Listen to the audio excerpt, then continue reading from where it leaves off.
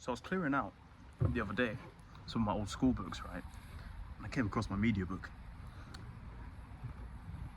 And I used to love media studies. And I'll tell you why. It's because it was so cool just learning about kind of like the stuff that we're all fed like every day on TV, on our phones, and kind of like how companies, you know, use methods to kind of manipulate the way we think. I just found that so cool. Yeah, so I used to study that. And I found my book the other day and I was like, oh, this is wicked. And I open it. And the first page was about this concept called escapism, right? So it's basically where people use media outlets as a form to escape from the events of the real world, So a diversion, basically. And I just read that and I was like, that seems kind of crazy, you know what I mean? But at the time when I was learning it, I thought it was like interesting, and it is, but like I didn't really see it as a problem. Like, for example, imagine you're playing GTA, right? And you're doing this crazy stuff with GTA, you're stealing cars, you know, going to the casino, gambling and stuff. You're doing stuff that you wouldn't do in real life. Obviously, that's the point of the game, you know, break the law and all that, because, you know, there's no real consequence to what you do in GTA. Yeah, you could like, you know, shoot someone in the face, you get a 1-star, like police raid, the police are after you. So what if you get caught? You get killed by the police, so what? You just respawn anyways, like nothing ever happened. So we live extravagantly online because there's no consequence. Okay. But then imagine it was the other way around, where the character that you're playing is now playing you. In this world. So, say Michael in GTA is sitting and playing you. Do you think he's gonna be stimulated watching you sit at a computer playing games all day?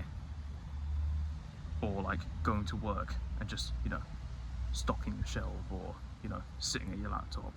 Oh, nice thing I designed for this company. No, it's boring. It's freaking boring. That's what I mean. It's like, why are our lives more interesting online? It's probably why we need these divergents, because our lives are so boring, man. Like, what's that about? We need to escape the escapism. Like, imagine this. I was walking the other day and delivering some vintage parcels, and just after you drop them into the locker, if you just keep walking straight from where this locker is, just turn right, there's a nice little park.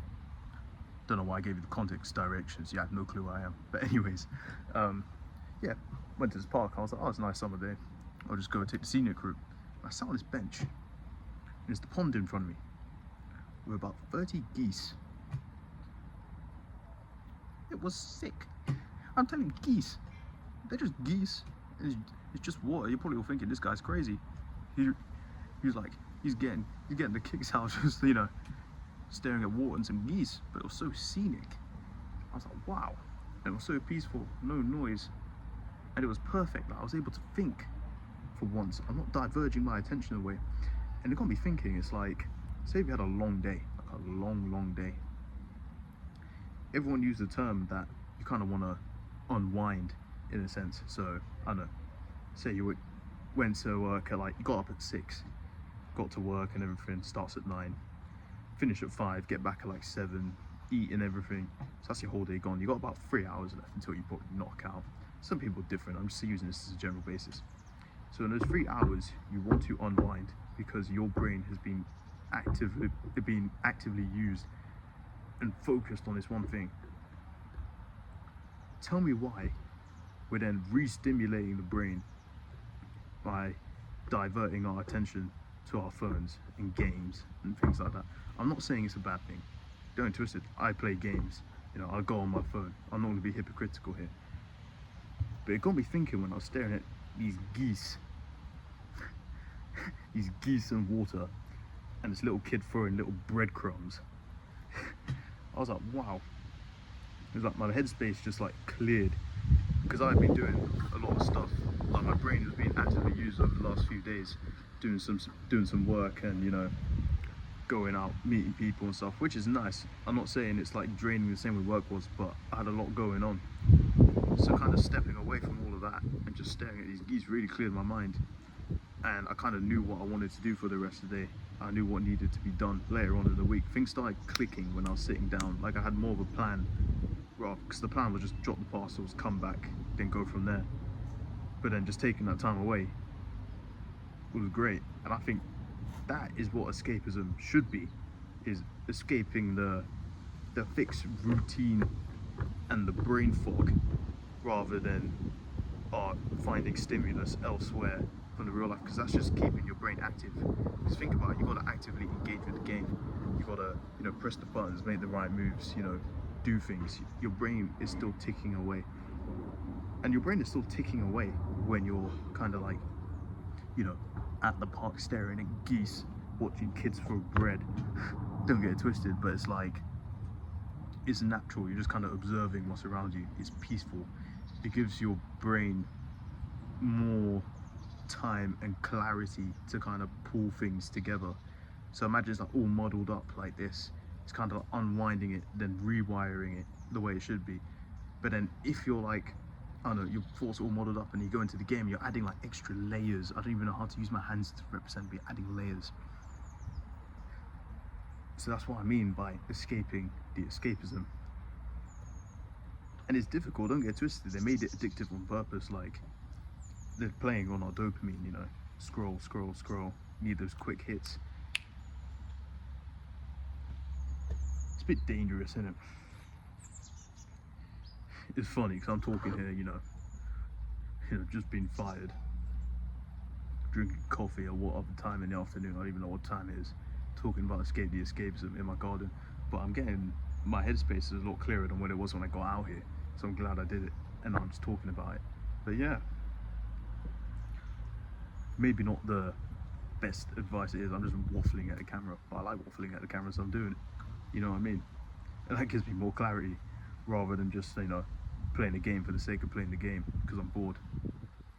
It's kind of like, what outlet are you going to choose when you're bored? Are you going to kind of, you know, rewire your brain so then you kind of address the problems in your life, or are you going to diverge your brain so then you could address it later? Actually, that's a good way of putting it, actually. Sit in peace and reassess, or diverge away and then come back and then reassess later. So if you're basically using that diversion as a form of escapism, you're just delaying what needs to be done. Imagine in that 2 hours, for example, you spent scrolling or playing the game, you could have easily reassessed stuff. 2 hours is a long time. Like, even if you just sat there, like, the outcome may be the same at the end of it, you know, like at the game, like nothing may have been done after playing 2 hours of game or 2 hours of thinking. But what follows after that is going to be more efficient, you know, than playing the game, because that 2 hours of thinking has already been done. It's not been delayed. There we go. Got there eventually. I was thinking the whole time, how can I explain this well? Because the idea was there, and I clocked onto it. There we go. But yeah, you know, I know life's tough. I got fired from my part-time job the other day. I ain't gonna get into that. Didn't pass the probation. Not technically my fault. Work didn't train me properly. But who cares? Didn't want to be there anyways, just working there for the quick buck. But yeah, I kind of know what I need to do now, and I'm kind of glad that I did get fired, because it was something I was thinking about, and it took me too long to actually, you know, call in and say I'm going to quit, and they actually called me and said you're fired. So, you know, got that out of the way, thank God. There's a lesson there. Don't delay anything. If you feel like something's not right, just flick that switch, go with your instinct. Delaying you is not going to get anything, it's just going to give you wasted time. Because in that month I was thinking and wasn't working, well, I'm not getting any shifts, I could have just quit and quickly moved on to the next thing. I wasn't depending on something. Like, be in control of what you do. You know what I mean? So that's the lesson I've learned from that. But yeah, I'm not going to ramble on for much longer, because I don't know what to ramble on about. But yeah, escape the escapism. What was the other point? I was just rambling on about it. Oh yeah, escape the escapism. Don't delay anything. Go with your gut instincts. You know, you got a limited time on Earth. Why are you trying to escape the Earth? go outside, stare at geese, drink decaf coffee in your garden at whatever time in the afternoon because you didn't check the time and you don't know what's going on. You know what I mean? That's what it's all about. It's better than just, you know, observing everyone else. At least I'm observing the world that's around me rather than what's on my screen. Half of that ain't real. This is real. So yeah, I'll leave it there. Wishing you all the best in a bit.